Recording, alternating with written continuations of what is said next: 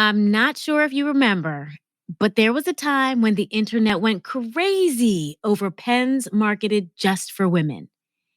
It was called the Bic for Her pen. And even though the ink was black, the body of the pen came in shades like pink and baby blue. And it was advertised as having a quote, elegant and unique feminine style, whatever the heck that means. And once it hit the shelves, people were not having it. The reality is, our notions around gender have evolved. So, why is our marketing stuck in the past? Well, today's speaker is here to tell us why advertising based on our assumptions around gender is not just bad for society, it's also bad for business. I'm Modupe Akinola. This is TED Business. In today's talk, Gaby Barrios, a marketing expert at the Boston Consulting Group, will explain the pitfalls of relying on gender as the key distinction for how you get consumers excited about your products. And she has the data to prove it. You'll hear from her after a quick break.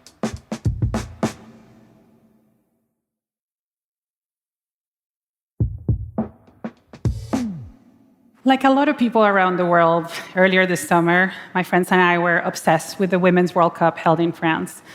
Here we are watching these incredible athletes. The goals were amazing, the games were clean and engaging, and at the same time, outside the field, these women are talking about equal pay, and in the case of some countries, any pay at all for their sport. So because we were mildly obsessed, we wanted to watch the games live, and we decided that one of the Spanish-speaking networks in the US was the best place for us to start.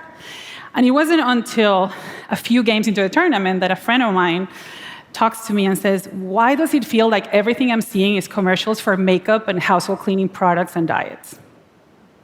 It did feel a little bit too obvious, and I don't know if we were sensitive about it or the fact that we were watching with men and boys in our lives, but it did feel a little bit too obvious that we're being targeted for being women.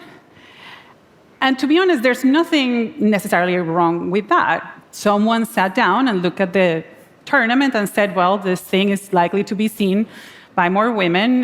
These women are Hispanic because they're watching in Spanish, and this is women content. Therefore, this is a great place for me to place all these commercials that are female-centric and maybe not other things. If I think about it as a marketer, I know that I absolutely should not be annoyed about it because this is what marketers are tasked with doing. Marketers are tasked with building brands with very limited budget, so there's a little bit of an incentive to categorize people in buckets so they can reach their target faster. So if you think about this, it's kind of like a shortcut. They're using gender as a shortcut to get to their target consumer. The issue is that as logical as that argument seems, gender as a shortcut is actually not great. In this day and age, if you still blindly use a gender view for your marketing activities, actually is just plain bad business. I'm not talking even about the backlash on stereotypes in advertising, which is a very real thing that has to be addressed. I'm saying it's bad business because you're leaving money on the table for your brands and your products. Because gender is such an easy thing to find in the market and to target and to talk about, it actually distracts you from the fun things that could be driving growth from your brands. And at the same time, it continues to create separation around genders and perpetuating stereotypes. So at the same time, this activity is bad for your business and bad for society. So double whammy. And gender is one of those things, like other demographics, that have historically been good marketing shortcuts. At some point, however, we forgot that at the core, we were targeting needs around cooking and cleaning and personal care and driving and sports, and we just made it all a bucket, and we said men and women are different. We got used to it, and we never challenged it again. And it's fascinating to me, and by fascinating, I mean a little bit insane, that we still talk about this as a segment when it's most likely carryover bias. In fact, I don't come to this conclusion lightly. We have enough data to suggest that gender is not the best place to start for you to design and target your brands. And I would even go one step further. Unless you're working in a very gender-specific product category, probably anything else you're hypothesizing about your consumer right now is going to be more useful than gender. We did not set up to draw this conclusion specifically. We found it. As consultants, our job is to go with our clients and understand their business and try to help them find spaces for their brands to grow. And it is our belief that if you want to find disruptive growth in the market, you have to go to the consumer and take a very agnostic view of the consumer. You have to go and look at them from scratch, remove yourself from biases and segments that you thought were important. Just take a look to see where the growth is. And we built ourselves an algorithm precisely for that. So imagine that we have a person and we know a person is making a choice about a product or service. And from this person, I can know their gender, of course, other demographics, where they live, their income, other things. I know the context where this person is making a decision, where they are, who they're with, the energy, anything. And I can also put other things in the mix. I can know their attitudes, how they feel about the category, their behaviors. So if you imagine this kind of blob of big data about a person, I'm going to oversimplify the science here, but we basically built an algorithm for statistical tournaments. So a statistical tournament is like asking this big thing of data, data from everything you know about consumers at this point, what is the most useful thing I need to know that tells me more about what consumers need? So the tournament is going to have winners and losers. The winners are those variables, those dimensions that actually teach you a lot about your consumer, that if you know that, you know what they need. And there's losing variables that are just not that practical. And this matters because in a world of limited resources, you don't want to waste it on people that actually have the same needs. So why treat them differently?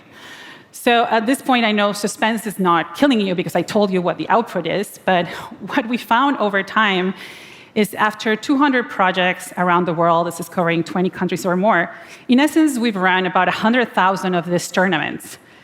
And no surprise, gender was very rarely the most predictive thing to understand consumer needs.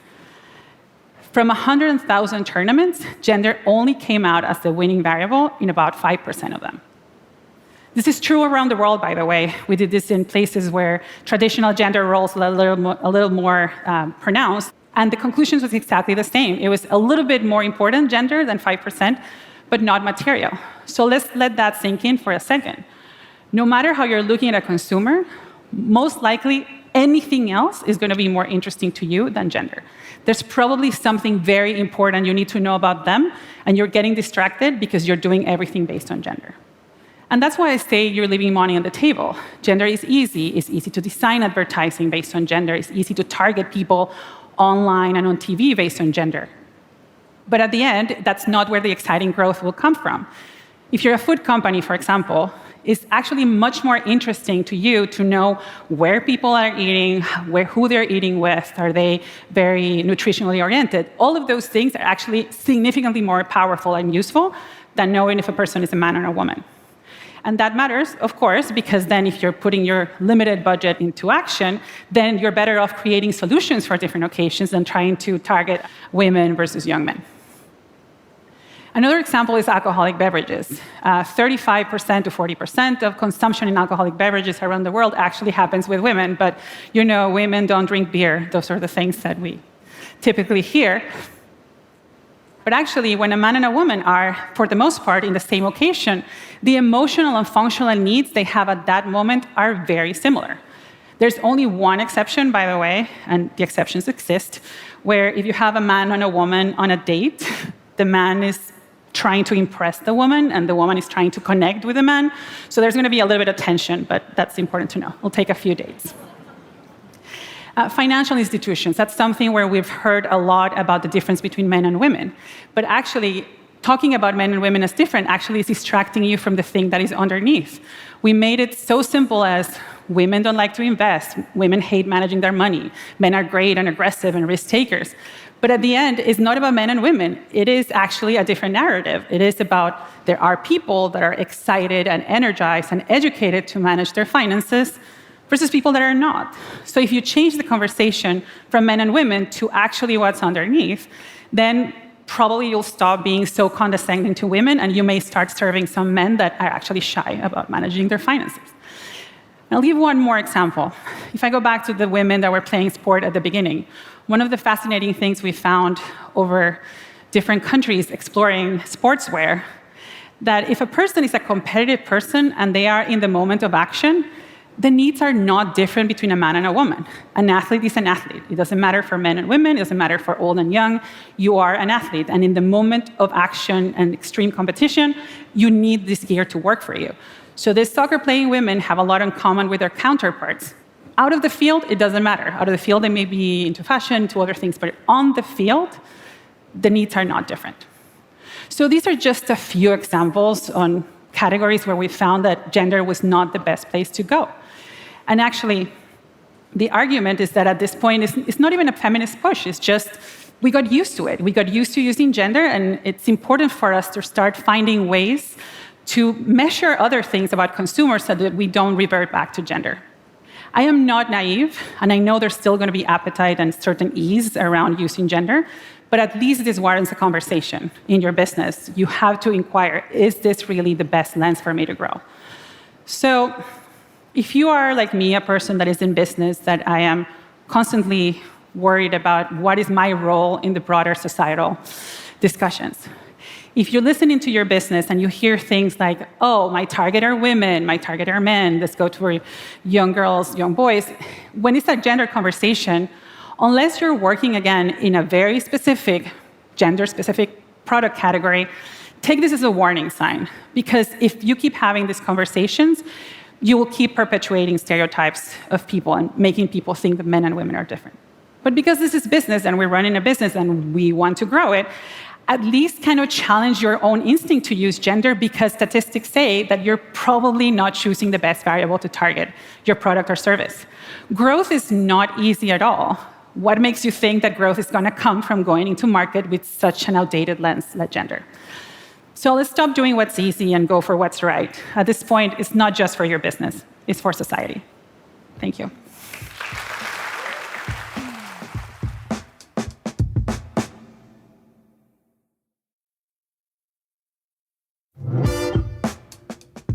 So what's Gaby telling us?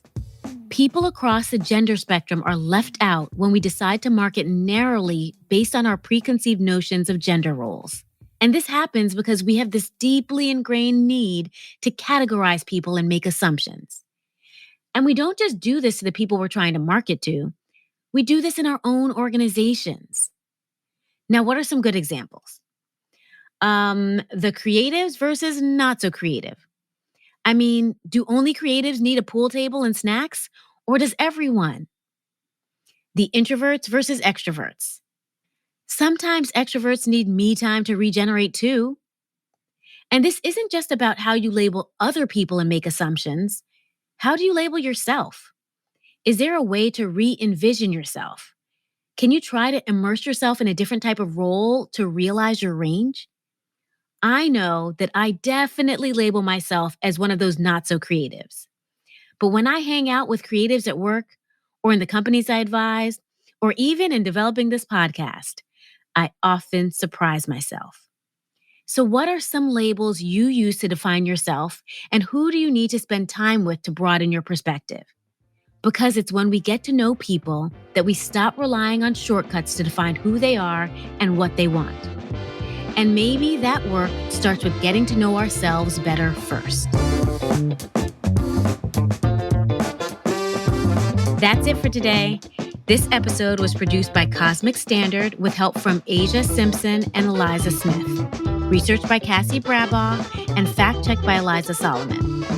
Our mixer is Sam Baer, and special thanks to Anna Phelan, Grace Rubenstein, Michelle Quint, Corey Hagem, and Colin Helms. I'm Modupe Akinola. Talk to you again next week.